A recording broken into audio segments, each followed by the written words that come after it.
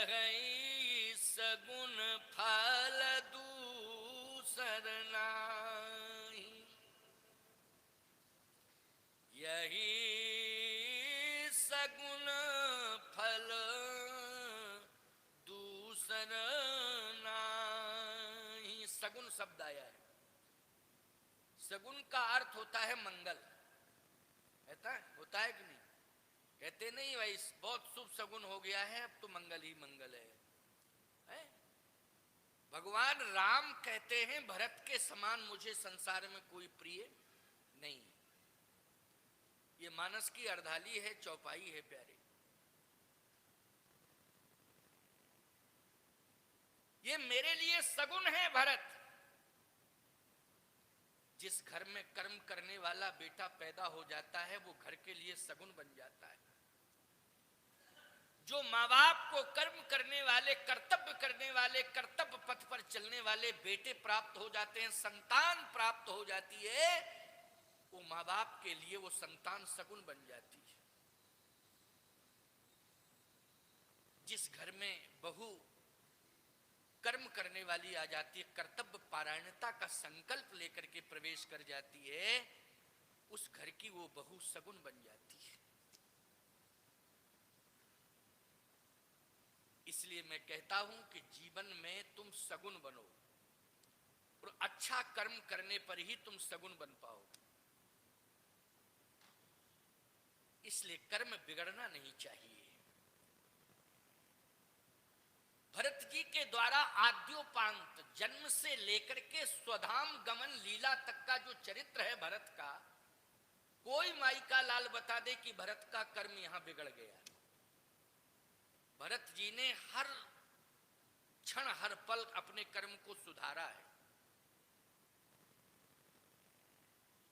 इसलिए राम के लिए भरत क्या बन गए? सगुन बन गए। अयोध्या के लिए भरत सगुन बन गए और बड़े बड़े तपस्वी संतों के लिए भरत सगुन बन गए।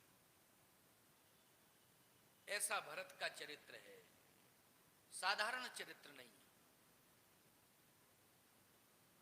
एक घटना घटी अयोध्या में, जरा इसको सुनिए। भरत जी सगुन हैं,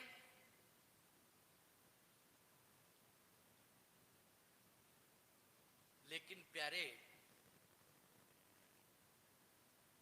भरत जी के कारण ही अयोध्या में एक घटना घट रही है। घटना क्या है?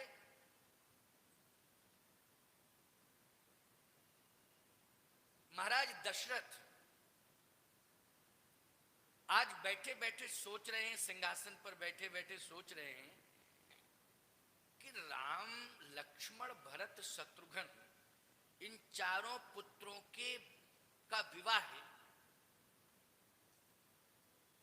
का पूरा 12 वर्ष हो गया।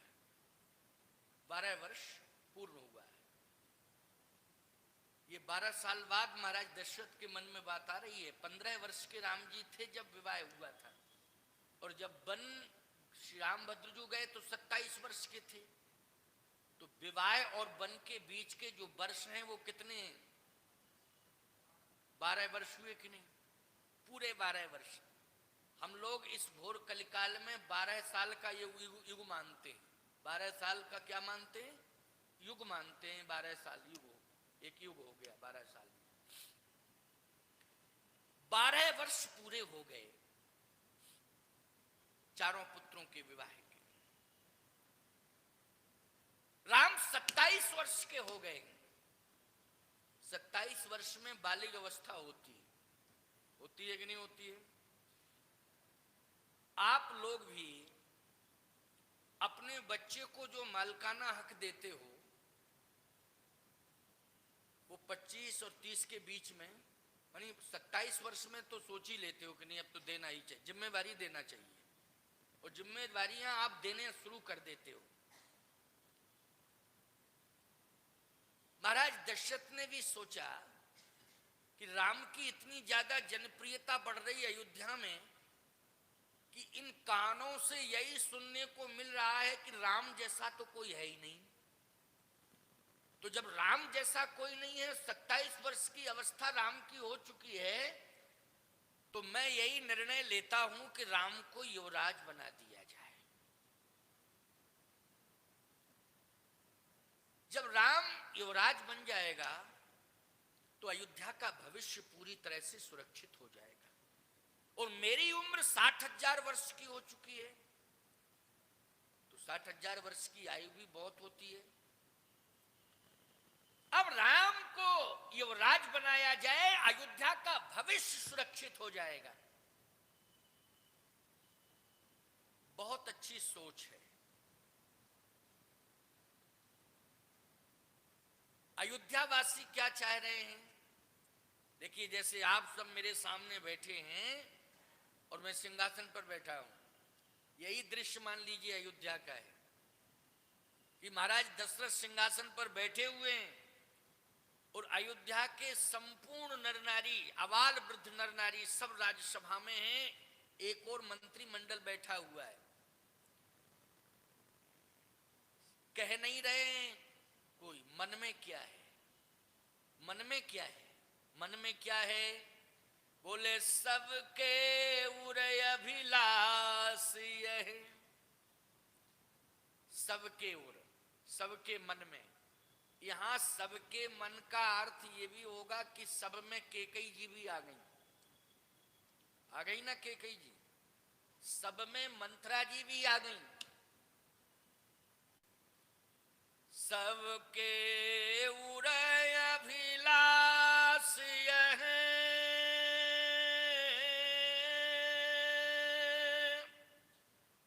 कहीं मनाए महेश।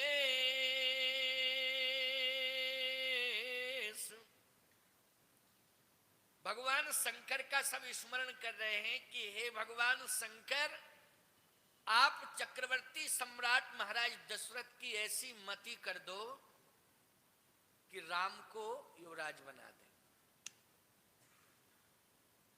देखो, यहां कहीं मनाए महेश।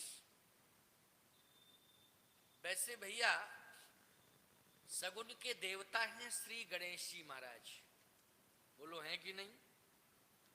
तो यहां ऐसा लिखना चाहिए था कि सबके उर अभिलाष्य कहीं मनाए गणेश। गणेश जी का सुमरण किया, लेकिन गणेश जी का सुमरण नहीं, कहीं मनाए महेश, भगवान शिव का सुमरण किया। गणेश जी का क्यों नहीं किया भाई?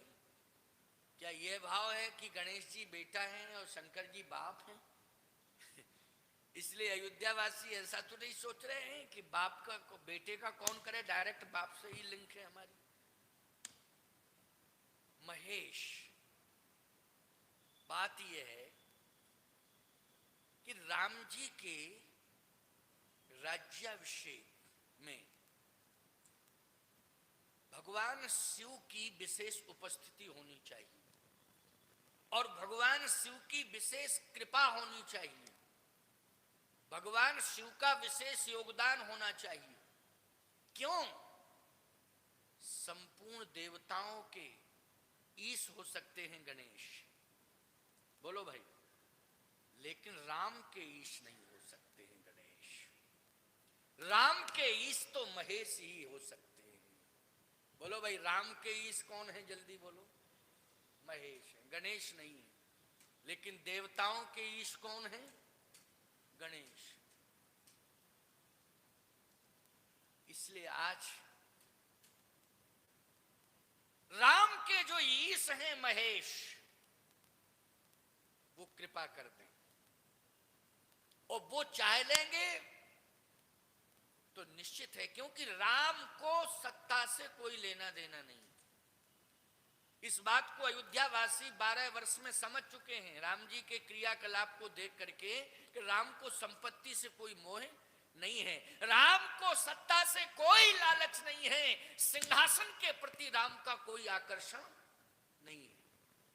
12 साल के कार्यकाल में अयोध्या की जनता ने यह समझ लिया है कि अगर जबरदस्ती महाराज दशरथ दे दें तो अलग बात है, लेकिन राम जी लेने वाले नहीं है। परंतु दशरथ जी के देने से क्या मतलब है? अगर भगवान शिव चाह लेंगे और आज्ञा दे देंगे, राम को विवश करेंगे, तो फिर राम को अयोध्या की सत्ता स्वीकार करनी पड़ेगी। ये भाव आया निकल के। ये रामचरितमानस के जो गंभीर रहस्य हैं, भाव हैं, उन पर जरा दृष्टिपात हो तो आनंद आएगा। इसलिए सबके उरे अभिलाष हैं, कहीं मनाए महेश,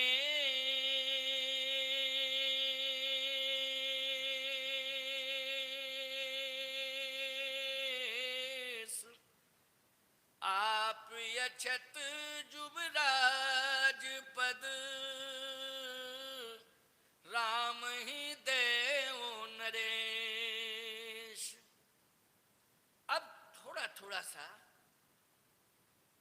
अयोध्या की जनता का मुख खुलने लगा कि आप अछत जुबराज पद, राम ही देव नरेश। महाराज आपस में चर्चा करने लगे हो, महाराज राम को युवराज बना दें। बगल वाले कहने लगे हम भी यही चाह रहे कि राम को युवराज बना दें। तो दशरथ जी ने कहा क्या चर्चा हो रही है? आपस में कुछ तुम लोग बोल रहे हो, क्या बात है? कोई बात हो तो बताओ, बैठे बैठे क्या कर रहे हो? आपस में चर्चा कर रहे हो तो बात हो तो बताओ जल्दी, क्या बात है? अब अयोध्यावासी बोल पड़े, आप अछत जुबराज पद, राम ही देव नरेश। सारे लोग आपस में यही चर्चा कर रहे हैं कि राम जी को युवराज बना दिया जाए। दशरथ जी ने कहा हम भी यही चाह रहे थे। आप सबके मन में इच्छा है? बोले बिल्कुल सबके मन में इच्छा है। अच्छा, उसी दिन की घटना, भाई सिंहासन पर बैठ करके कोई दर्पण देखेगा क्या? ये सिंहासन पर बैठ करके श्रृंगार किया जाता है क्या, या मुख देखा जाता है? सिंहासन पर बैठने के पहले ही दर्पण देखा जाता है। सिंहासन पर बैठ करके दर्पण नहीं देखा जाता है। अगर देखा जाता हो तो बताओ, है? कुर्सी पर बैठ करके। हाँ, एक जगह है, नाई की दुकान पर जो कुर्सी पड़ी रहती है, हजामत बनवाते समय उस समय दर्पण ही देखा जाता है। क्यों भाई, देखा जाता है कि नहीं? लेकिन राज दरबार में इसका कोई नियम नहीं है। राज दरबार में कभी दर्पण नहीं देखना चाहिए सिंहासन पर बैठकर, या दर्शकों को भी। और मैं तो ये मानता हूं कि आप लोग अपनी जेब में केवल कंघी तो डाल के चलते हैं, लेकिन दर्पण डाल के कोई नहीं चलता। बहुत से लोग हैं जो कंघी केवल और बीच बीच में ऐसे ऐसे अपने अंदाज से, नहीं होता है तो जो कार खड़ी रहती है उसी के शीशे के सामने जाके करने लगते लोग। ऐसा भी मैंने देखा है। लेकिन कोई भी व्यक्ति अपने पॉकेट में दर्पण डाल के नहीं चलता है। महाराज दशरथ ने उस दिन दर्पण देखा। दर्पण, हाँ। राय सुभाए मुकुर कर लीना, बदन बिलोक मुकुट समकीना। हाथ में महाराज दशरथ ने दर्पण लिया, और दर्पण लिया और चेहरा देखा। जैसे चेहरा देखा तो अयोध्यावासी बोले कभी देखते नहीं थे चेहरा, लेकिन आज चेहरा देख रहे हैं, कोई विशेष बात है क्या? महाराज दशरथ चेहरा नहीं देख रहे थे। फिर ये कभी मत कहना कि महाराज दशरथ चेहरा देख रहे थे। देखने वालों को लग रहा है कि वो चेहरा देख रहे हैं। नहीं नहीं, महाराज ने उस समय दर्पण क्यों उठाया, क्यों देखा, क्या जरूरत थी? एक विद्वान राजा के मन में ऐसा क्यों भाव आया कि मुझे दर्पण देखना चाहिए? क्योंकि आपस में सारे लोग चर्चा कर रहे थे कि सबके उर अभिलाष है कहीं मनाए महेश। इसके पहले ये दोहा है, दोहा के बाद ये चौपाई आती है। आप अयोध्या कांड उठा के पढ़ना, समझ गए हो कि नहीं? बाद में अगर ये चौपाई आ रही है तो यही माना जाएगा बादई में तो दर्पण लिया। पहले अयोध्यावासी सबके उर अभिलाष, विलंब न करिए नृप साजिए सकल समाज। बेग विलंब न करिए नृप, विलंब नहीं करना है, जल्दी करो। साजिए सकल समाज,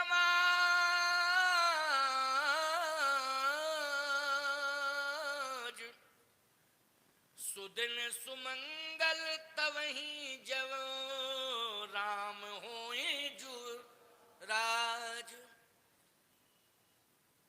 जाइए, विलंब मत करिए, जल्दी करो। दशरथ जी ने कहा महाराज सुदिन सुमंगल, तो धीरे से वशिष्ठ जी बोल पड़े सुदिन सुमंगल तवहीं जब राम होए जुबराज।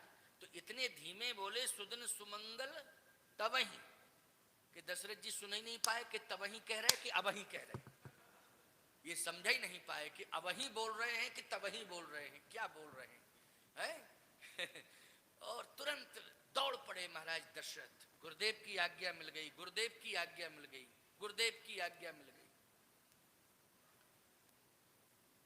आज्ञा नहीं मिली थी, क्योंकि गुरुजी ने ये कहा था सुदिन सुमंगल तवहीं जब। तवहीं मानी होता है भविष्य, और अबहीं मानी होता है वर्तमान। तो तवहीं का संकेत है कि भविष्य में राज्याभिषेक होगा, और राज्याभिषेक कब होगा? भविष्य में होगा, अबहीं नहीं, तवहीं। अच्छा, वशिष्ठ जी महाराज को ये पता कैसे था कि अभी नहीं तब होगा? देखो एक बात आपको बताएं, संत जानते सब कुछ है लेकिन क्लियर आपको नहीं बताते हैं। क्यों नहीं बताते हैं? क्योंकि परमात्मा को वो चैलेंज नहीं करते। अगर संत ने आपको सब कुछ बता दिया तो बोलो परमात्मा जो कर्म का फल देना चाहता है उसमें बाधा खड़ी हो जाएगी कि नहीं हो जाएगी? बाधा खड़ी हो जाएगी। और जब बाधा खड़ी होगी तो परमात्मा यही कहेगा ये बाबा बहुत डिस्टर्ब करने लगे, इनको पावर मिल गया तो ये दुरुपयोग करने लगे अपने पावर का। इसलिए महात्मा सहज में कुछ नहीं बोलते। जब बहुत ही ज्यादा कोई बात आ जाती है तब वो कहते हैं कि बच्चा बताऊंगा, समय आने दो। इसका मतलब है समय आने दो नहीं, परमात्मा से वो आज्ञा लेता है कि प्रभु अब थोड़ा सा विशेष रूप से हमसे जुड़ चुका है, अब थोड़ी सी कृपा तो कुछ करिए। अच्छा तो ठीक है, चलो छूट दे रहे हैं थोड़ी सी। तो ईश्वर की प्रेरणा से ही संत कहता है, वो अपने आप अपने मन से कुछ नहीं कहता है। यहां वशिष्ठ जी महाराज स्पष्ट क्यों नहीं बोले? अरे दशरथ जी महाराज का हाथ पकड़ लेते हो, कहते रुको रुको, अभी जल्दबाजी क्यों कर रहे हो? अभी राज्याभिषेक का मंगल मुहूर्त नहीं है, समय नहीं है, इसलिए व्यर्थ में ये तैयारियां क्यों कर रहे हो? बोलो कहना चाहिए था कि नहीं? बल्कि वशिष्ठ जी ने तो यहां तक कह दिया कि परंपरा याद है कि अभिषेक होता है तो क्या होना चाहिए? पहले तीर्थों को आमंत्रित करो, उन तीर्थों का जल भी मंगाओ, साधु संतों को आमंत्रित करो, वन औषधियां मंगाओ। ये परंपरा है दशरथ, इसलिए इसका निर्वाह होना चाहिए। परंपरा मालूम है। दशरथ जी ने कहा महाराज आपने आदेश दे दिया तो अब तो पालन ही होगा। लेकिन सुदिन सुमंगल तवहीं शब्द को बहुत धीमी गति से बोले। क्यों? कारण क्या है? कारण यह है कि वशिष्ठ जी महाराज इस रहस्य को जानते हैं कि राज्याभिषेक नहीं होगा, क्योंकि वशिष्ठ जी का डायरेक्ट संबंध है भगवान से। किससे है उनका संबंध? भगवान से है डायरेक्ट। और महाराज इक्ष्वाकु से लेकर के अभी तक पुरोहित कर्म वशिष्ठ ही ने किया है। महाराज इक्ष्वाकु से, जो स्कूल के प्रधान संस्थापक हैं श्री इक्ष्वाकु महाराज इक्ष्वाकु। बोलो उस समय से लेकर के महाराज दशरथ जी के समय तक और राम जी के समय तक, अच्छा बोलो पौरोहित्य कर्म किसने किया? वशिष्ठ जी ने। इसलिए ये तो दशरथ ही हैं। वशिष्ठ जी का संबंध तो अनादि संबंध है। इसलिए वशिष्ठ जी महाराज जानते हैं कि आखिर होगा क्या, राज्याभिषेक होगा कि और कुछ होगा। तो इस रहस्य को भी जरा मैं प्रकट किए देता हूं कि वशिष्ठ जी कैसे जानते हैं।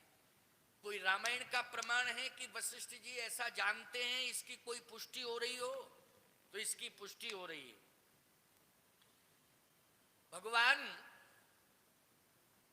कहां हैं और हैं तो मिल क्यों नहीं रहे हैं, यह रहस्य बताया भगवान शंकर ने।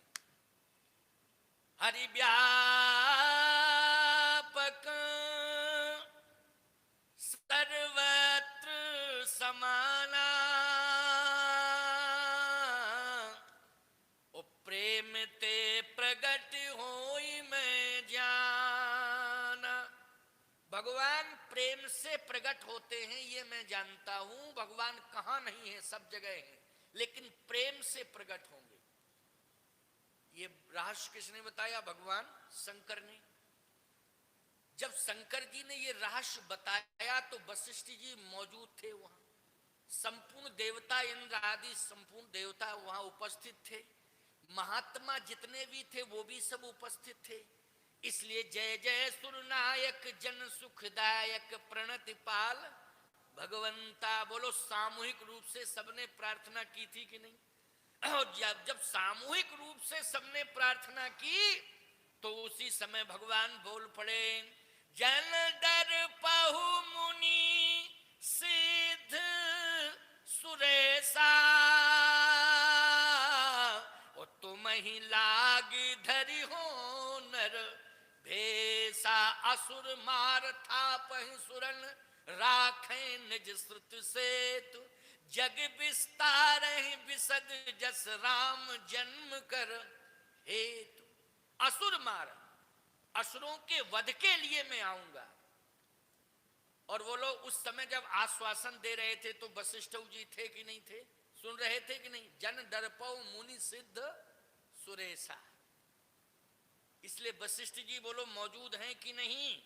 जब वशिष्ठ जी मौजूद हैं तो वशिष्ठ जी ये जानते हैं, असुर मार थापे सुरन राखें निज सुत सेतु, और जग विस्तार विशद जस राम जन्म कर हेतु। असुरों के वध के लिए राम का अवतार हुआ है, सिंहासन पर बैठने के लिए नहीं। प्रथम दृष्टिया तो यही है कि राक्षसों का वध होना है। तो बोलो भाई राक्षसों का वध होना है तो प्रजा के सामने आकर के प्रबल विरोध क्यों नहीं किया राज्याभिषेक का? आखिर कारण क्या है? देखो भाई कारण ये है कि प्रजा के मन में ये इच्छा है कि राम का राज्याभिषेक हो। सभी के मन में इच्छा है कि राम का राज्याभिषेक हो, राम का राज्याभिषेक हो, राम का राज्याभिषेक हो। मैं एक बात बताऊं, यदि सामूहिक रूप से लोग निर्णय ले रहे हैं और उसमें एक व्यक्ति आकर के हस्तक्षेप करने लग जाए तो ईमानदारी से बताओ वो संपूर्ण समाज का कोपभाजन बन जाता है कि नहीं बन जाता है? एक लौकिक दृष्टि से मैं बोल रहा हूं इस बात को, है? क्योंकि सामूहिक निर्णय एक साथ एक स्वर में हो रहा है और एक व्यक्ति आकर के यदि कोई अवरोध पैदा कर दे, विरोध की बात करने लग जाए तो पूरे समाज का कोपभाजन वो बन जाता है।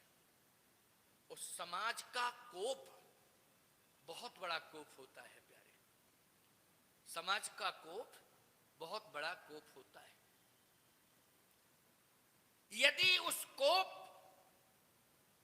में वशिष्ठ जी को भी कोप आ जाता, समाज का कोप और फिर वशिष्ठ का कोप, तो ईमानदारी से बताओ उस कोप के कारण जो वशिष्ठ जी के संतत्व में धवलता है उसमें प्रश्न चिन्ह लग जाता कि नहीं लग जाता?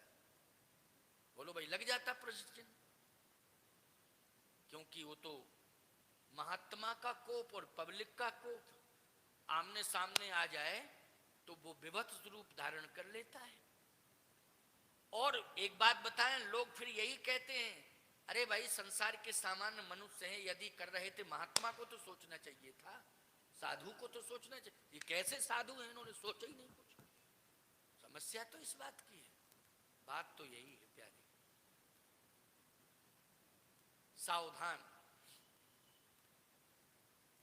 वशिष्ठ जी ने धीरे से कह दिया कि सुदिन सुमंगल तवै जाओ। अब दशरथ जी महाराज ने तैयारी शुरू कर दी। वशिष्ठ जी महाराज ने जो बताया था कि नियम ये संपूर्ण तीर्थों का जल आना चाहिए, वो जल भी आ रहा है, निमंत्रण भी पहुंच रहा है, संपूर्ण तैयारियां हो रही हैं। यहां तक कि अयोध्या की जनता ये भी सोच रही है कि बहुत दिन हो गए भरत जी को ननिहाल गए, कश्मीर गए भरत जी को बहुत साल हो गए, अब तो निश्चित रूप से भरत आने ही वाले होंगे।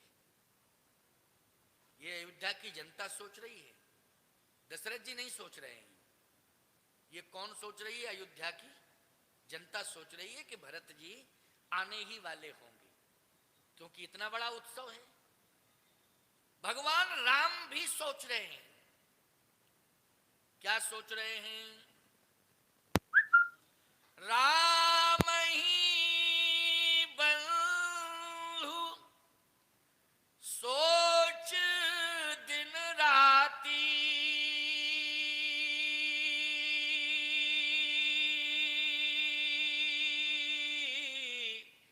ओ अंडही कमठ होई जही भाती। भगवान राम रात दिन ये सोच रहे हैं कि मेरा भरत कब आएगा, मेरा भरत कब आएगा। मेरा भैया भरत यहां है नहीं, और ये महामहोत्सव की तैयारियां हो रही हैं, ये मुझे तैयारियां अच्छी नहीं लग रही। रात दिन भगवान राम केवल चिंतन कर रहे हैं, तो भरत का चिंतन कर रहे हैं। वो लोग कर रहे हैं कि नहीं? चिंतन सीता जी का नहीं हो रहा है, चिंतन जनकपुर वासियों का नहीं हो रहा। एक बात बताएं आपको, थोड़ी हमारी बात सुन करके अन्यथा मत लेना। जब घर में कोई बड़ा कार्यक्रम होता है तो ससुराल का रात दिन चिंतन होता है। रात दिन ससुराल का चिंतन होता है कि कितने लोग बुलाए जाएं, कैसे बुलाए जाएं, सूचना पहले बाकी आए ना आए, लेकिन उधर के तो लोग आ ही जाएं, ठीक रहेगा, थोड़ा सा संतुलन बिगड़ेगा नहीं, क्योंकि बनाना पड़ेगा भाई संतुलन। रात दिन ससुराल का चिंतन है। सोच रहे हो कि नहीं? जरा सोचो, ये कथा कह रहा हूं, जरा दिमाग में रखना इस बात को। राम जी को जनकपुर का चिंतन नहीं है, राम जी को बैकुंठ का चिंतन नहीं है, राम जी को देवताओं का चिंतन नहीं है, राम जी को महात्माओं का भी चिंतन नहीं है। राम को अपने प्रिय भाई भरत का चिंतन है कि मेरा भरत अभी तक नहीं आया, मेरा भाई भरत अभी तक नहीं आया। बोलो भाई, रात दिन चिंतन केवल भरत का। बंधु शब्द भरत के लिए कहा है, यद्यपि बंधु तो शत्रुघ्न जी भी हैं, लेकिन इस चौपाई में मूल संकेत किसके लिए है? भरत के लिए। राम ही बंधु,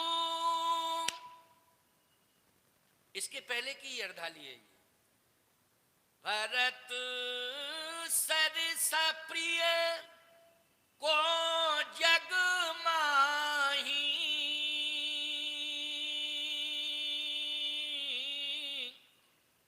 ओ यही सगुन फल दूसर नाही। भरत प्रिय है मुझे, संसार में सबसे ज्यादा प्रिय है मुझे भरत। भरत नहीं है यहां। ये तीर्थों का जल रखा हुआ है, ये तीर्थों की मिट्टी रखी हुई है, ये सब औषधियां रखी हैं, लेकिन भरत तो है ही नहीं, ये सब व्यर्थ है। भरत के बिना सब व्यर्थ है। चाहे तीर्थ हो, चाहे वन हो, पर्वत हो, पुनीत नदियां हो, चाहे जितने संबंध हो, राम जी कहते भरत के बिना सब अधूरे, भरत के बिना सब अधूरे। रात दिन भरत भरत भरत। इसलिए दूसरी अर्धाली प्रस्तुत कर दी गोस्वामी जी ने, राम ही बंधु सोच दिन राती,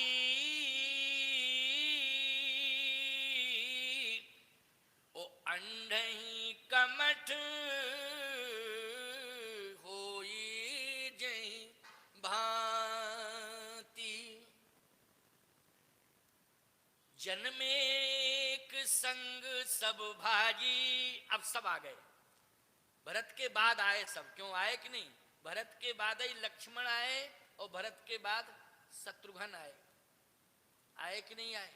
लक्ष्मण तो पास में ही थे, लेकिन शत्रुघ्न नहीं थे। तब संकेत आ गया शत्रुघ्न का। भरत के बाद शत्रुघ्न का भी संकेत आ गया। जन में एक संग सब, तो सब में आ गए शत्रुघ्न।